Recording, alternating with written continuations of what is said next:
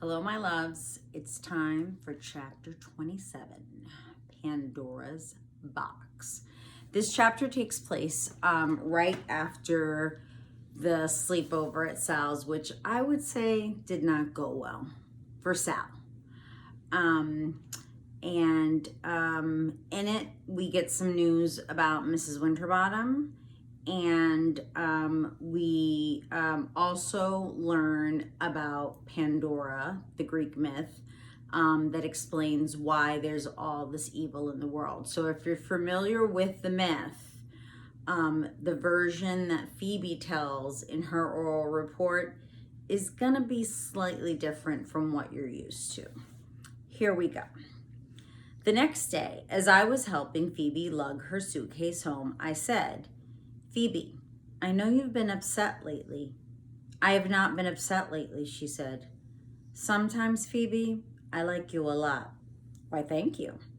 "But sometimes, Phoebe, I feel like dumping your cholesterol-free body out of the window." She did not have a chance to respond because we were at her house by that time, and she was more interested in besieging her father with questions. "Any news? Did Mom come back? Did she call?" "Sort of," he said. "She phoned Mrs. Cadaver." "Mrs. Cadaver? Whatever for? Why would she?" "Phoebe, calm down. I don't know why she phoned Mrs. Cadaver. I haven't been able to speak to Mrs. Cadaver yet myself. She isn't home. She left a note here." He showed it to Phoebe. "Norma called to say she is okay." Beneath Mrs. Cadaver's signature was a P.S. saying that Mrs. Cadaver would be away until Monday.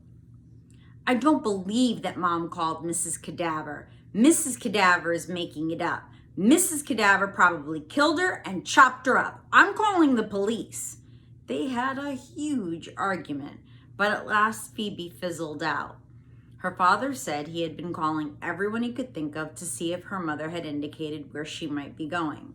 He would continue calling tomorrow, he promised, and he would speak to Mrs. Cadaver when she returned. If he did not receive a letter or a direct phone call from her mother by Wednesday, he would call the police then. Phoebe came out onto the porch with me as I was leaving. She said, "I've made a decision. I'm going to call the police. I might even go to the police station. I don't have to wait until Wednesday. I can go whenever I want." That night, she phoned me. She was whispering again. "It seems so quiet here. I don't know what's the matter with me. I was lying on my bed and I can't sleep. My bed's too hard." Do you remember in Sacrifices where she said that she had a firm mattress and that Sal had bad posture because her mattress was so lumpy? She's all out of sorts. On Monday, Phoebe gave her oral report on Pandora. She began in a quivering voice. For some reason, Ben already talked about my topic, Pandora, when he did his report on Prometheus. However, Ben made a few mistakes about Pandora. Everyone turned to stare at Ben. "I did not," he said. "Yes, you did." Phoebe's lip trembled. "Pandora was not sent to man as a punishment, but as a reward." "Was not," Ben said. "Was too," Phoebe said. "Zeus decided to give man a present, since man seemed lonely down on earth with only the animals to keep him company. So Zeus made a sweet and beautiful woman, and then Zeus invited all the gods to dinner. It was a very civilized dinner, with matching plates."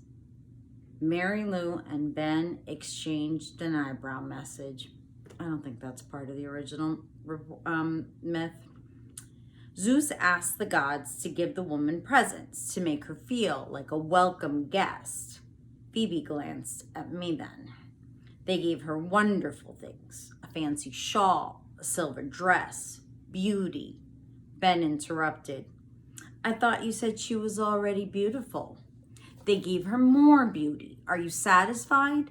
Her lip was no longer trembling, but she was blushing now. "The gods also gave her the ability to sing, the power of persuasion, a gold crown, flowers, and many truly wonderful things such as that. Because of all of these gifts, Zeus named her Pandora, which means the gift of all. Phoebe was getting into it. There were 2 other gifts that I have not mentioned yet. One of them was curiosity, and that is why all women are curious, by the way, because it was a gift given to the very first woman. Ben said, "I wish she had been given the gift of silence." Last, there was a beautiful box covered in gold and jewels, and this is very important. Pandora was forbidden to open the box. Ben said, "Then why did they give it to her?" He was beginning to irritate Phoebe, you could tell. She said, "That's what I'm telling you. It was a present." "But why did they give her a present that she couldn't open?" he said. "I do not know. It's just in the story." As I was saying, Pandora was not supposed to open the box, but because she had been given so much curiosity, she really, really, really wanted to know what was inside. So one day she opened the box. "I knew it," Ben said. "I knew she was going to open the box the minute you said she was not supposed to open it." Inside the box were all the evils of the world, such as hatred, envy, plagues, sickness, and cholesterol. Again, my loves, I don't know that was in the original myth. There were brain tumors and sadness, lunatics and kidnapping and murders. Here she glanced at Mr. Berkway before rushing on. And all that kind of thing. Pandora tried to close the lid when she saw all the horrible things that were coming out of it, but she could not get it closed. And that is why there are all these evils in the world. There was only one good thing left in the box when she closed it. "What was it?" Ben asked. As I was about to explain, the only good thing in the box was hope. And that is why, even though there are many evils in this world, there is still a little hope. She held up a picture of Pandora opening up the box and a whole shebang of gremlins floating out. Pandora looked frightened. That night, I kept thinking about Pandora's box. I wondered why someone would put a good thing, such as hope, in a box with sickness and kidnapping and murder. It was fortunate it was there, though.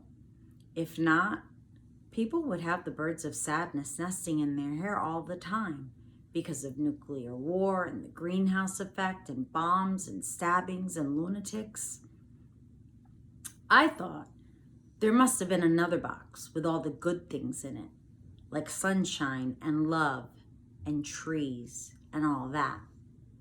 Who had had the good fortune to open that one?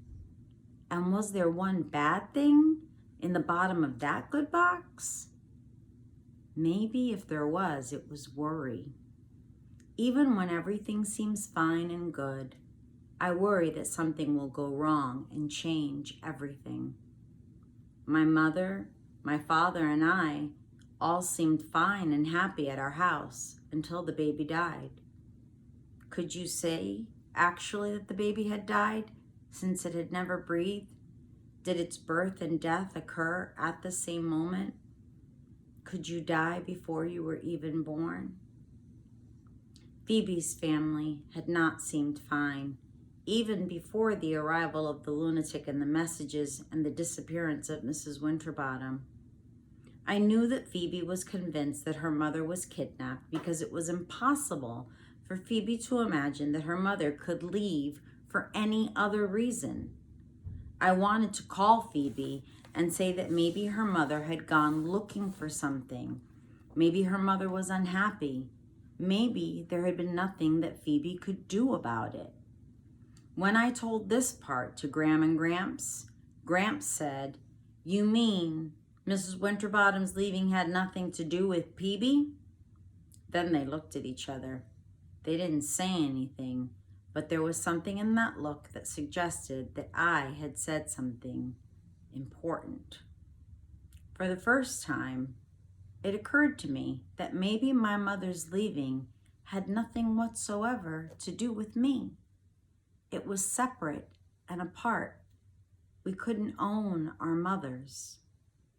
On that night, after Phoebe had given her Pandora report, I thought about the hope in Pandora's box.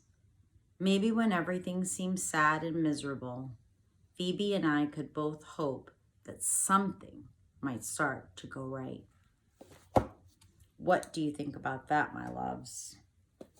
I like that Sal thought about the box with all the good things, and that she included love and sunshine, and of course trees. Salamanca tree hiddle. I would include flowers and music. What would you put in the box with all the good things? But worry at the bottom of that box. You can see why Sal worries. She explained it. She does worry that everything's going to go wrong. And she talked about the birds of sadness and how hope makes it possible for you not to let the birds of sadness nest in your hair. A lot went on in that chapter. As usual, Sharon Creech does not disappoint. All right, my loves. Next chapter, The Black Hills. See you soon. Stay safe.